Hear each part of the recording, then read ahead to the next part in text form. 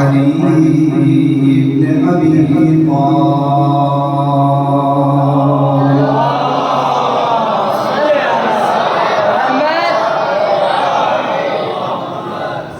अस्सलातु